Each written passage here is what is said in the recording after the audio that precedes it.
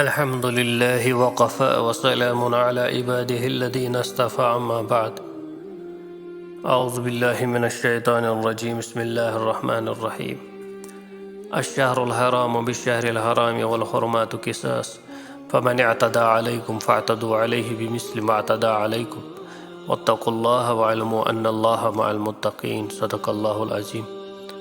معزز مکرم، اللہ کا شکر ہے جس رب العزت نے ناچیز کو آپ کے سامنے حاضر ہونے کی توفیق بخشی۔ آپ کے سامنے ماہ محرم اور یوم عاشورہ کی فضیلت کے بارے میں لب کشائی کرنے کی جسارت کر رہا ہوں۔ امید ہے انشاءاللہ آپ مستفید ہوں گے۔ میں نے آپ کے سامنے قرآن مجید کی آیت کریمہ تلاوت کی ہے۔ اللہ تعالیٰ قرآن حکیم میں فرماتا ہے الشہر الحرام بالشہر الحرام والحرمات قصاص، حرمت والے مہینے کے بدلے حرمت والا مہینہ ہے اور دیگر حرمت والی چیزیں ایک دوسرے کا بدل ہے۔ وَمَنِ اعْتَدَى عَلَيْكُمْ فَاعْتَدُوا عَلَيْهِ بِمِثْلِ مَا اعْتَدَى عَلَيْكُمْ۔ پس اگر تم پر کوئی زیادتی کرے تم بھی اس پر زیادتی کرو۔ وَاتَّقُوا اللَّهَ وَاعْلَمُوا أَنَّ اللَّهَ مَعَ الْمُتَّقِينَ، مگر اسی قدر جتنی اس نے تم پر کی ہے، اور اللہ سے ڈرتے رہو، جان لو کہ اللہ ڈرنے والوں کے ساتھ ہے۔ محرم حرم سے نکلا ہے۔ حرم کا مطلب ہے، محرم کا مطلب ہے عزت، مرتبے والا، بلندی والا۔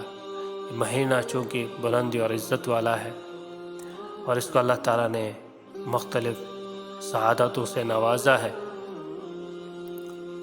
اللہ تعالیٰ قرآن میں فرماتے ہیں پھر سے یا ایھا الذین آمنوا لا تحلوا شعائر یسألونک عن الشہر الحرام قتال فیہ قل قتال فیہ کبیر وصد عن سبیل اللہ کفر بہ والمسجد الحرام واخراج اہلہ منہ اکبر عند اللہ والفتنۃ اکبر من القتل۔ لوگ آپ سے حرمت والے مہینے میں جنگ کا حکم دریافت کرتے ہیں، فرما دیں اس میں جنگ بڑا گناہ ہے اور اللہ کی راہ سے روکنا اور اس سے کفر کرنا اور مسجد حرام خانہ کعبہ سے روکنا اور وہاں کے رہنے والوں کے وہاں سے نکالنا اللہ کے نزدیک اس سے بھی بڑا گناہ ہے، اور یہ فتنہ انگیزی قتل و خون سے بھی بڑھ کر ہے۔ یا ایھا الذین آمنوا لا تحلوا شعائر اللہ ولا الشہر الحرام ولا الحج ولا القلائد ولا آمین البیت الحرام یبتغون فضلا من ربهم ورضوانا۔ اے ایمان والو، اللہ کی نشانیوں کی بے حرمتی نہ کرو اور نہ حرمت و ادب والے مہینے کی، یعنی ذوالقعدہ، ذی الحجہ، محرم اور رجب میں کسی ماہ کی، اور نہ حرم کعبہ کو بھیجے ہوئے قربانی کے جانوروں کی، اور نہ مکہ لائے جانے والے ان جانوروں کی جن کے گلے میں علامتی پٹے ہوں، اور نہ حرمت والے غر یعنی خانہ کعبہ کا قصد کر کے آنے والوں کے جان و مال اور عزت و آبرو کی بے حرمتی کرو، کیونکہ یہ وہ لوگ ہیں جو اپنے رب کا فضل اور رضا تلاش کر رہے ہیں۔ جعل اللہ الکعبۃ البیت الحرام قیما للناس والشہر الحرام والحج والقلائد ذلک لتعلموا ان اللہ یعلم ما فی السماوات وما فی الارض وان اللہ بکل شیء علیم۔ اللہ نے عزت و ادب والے غر کعبے کو لوگوں کی دینی و دنیاوی امور میں قیام امن کا باعث بنا دیا، اور حرمت والے مہینے کو اور کعبہ کی قربانی کو، گلے میں علامتی پٹے والے جانوروں کو بھی جو حرم مکہ میں لائے گئے ہوں، سب کو اسی نسبت سے عزت و احترام عطا کر دیا گیا، اس لیے کہ تمہیں علم ہو جائے جو کچھ آسمانوں میں ہے اور جو کچھ زمینوں میں ہے۔ حدیث میں آیا ہے عن ابن عباس ان رسول اللہ صلی اللہ علیہ وسلم قدم المدینہ فوجد اليہود صیاما یوم عاشوراء فقال لهم رسول اللہ صلی اللہ علیہ وسلم ما هذا اليوم الذي يصومونه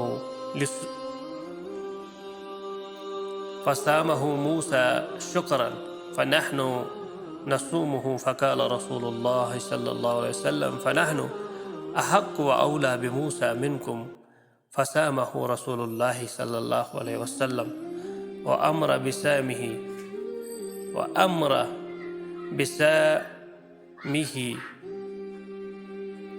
حضرت عبداللہ بن عباس رضی اللہ عنہ بیان کرتے ہیں کہ رسول اللہ صلی اللہ علیہ وسلم مدینہ تشریف لائے تو آپ صلی اللہ علیہ وسلم نے یہودیوں کو یوم عاشورہ کا روزہ رکھتے پایا، تو رسول اللہ صلی اللہ علیہ وسلم نے ان سے پوچھا، یہ کون سا خاص دن ہے جس کا تم روزہ رکھتے ہو؟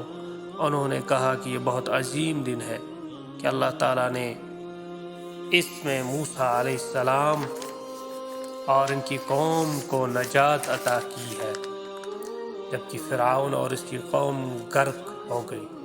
حضرت موسیٰ علیہ السلام نے شکرانے کے طور پر اس دن کا روزہ رکھا، لہٰذا ہم بھی روزہ رکھتے ہیں۔ اس پر رسول اللہ صلی اللہ علیہ وسلم نے فرمایا،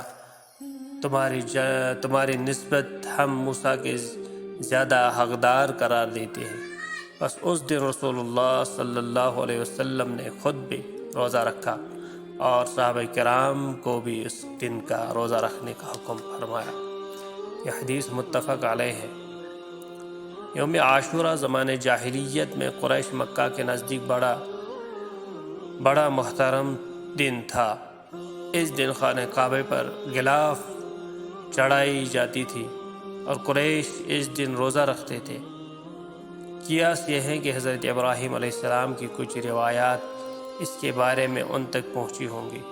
رسول اللہ صلی اللہ علیہ وسلم کا دستور تھا کہ قریش ملت ابراہیمی علیہ السلام کی نسبت سے جو اچھے کام کرتے تھے، ان کاموں میں آپ صلی اللہ علیہ وسلم ان سے اتفاق و اشتراک فرماتے تھے۔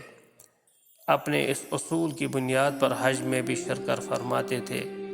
اپنے اس اصول کی بنا پر آپ قریش کے ساتھ عاشورہ کا روزہ بھی رکھتے تھے، لیکن دوسرے کو اس کا حکم نہ دیتے تھے۔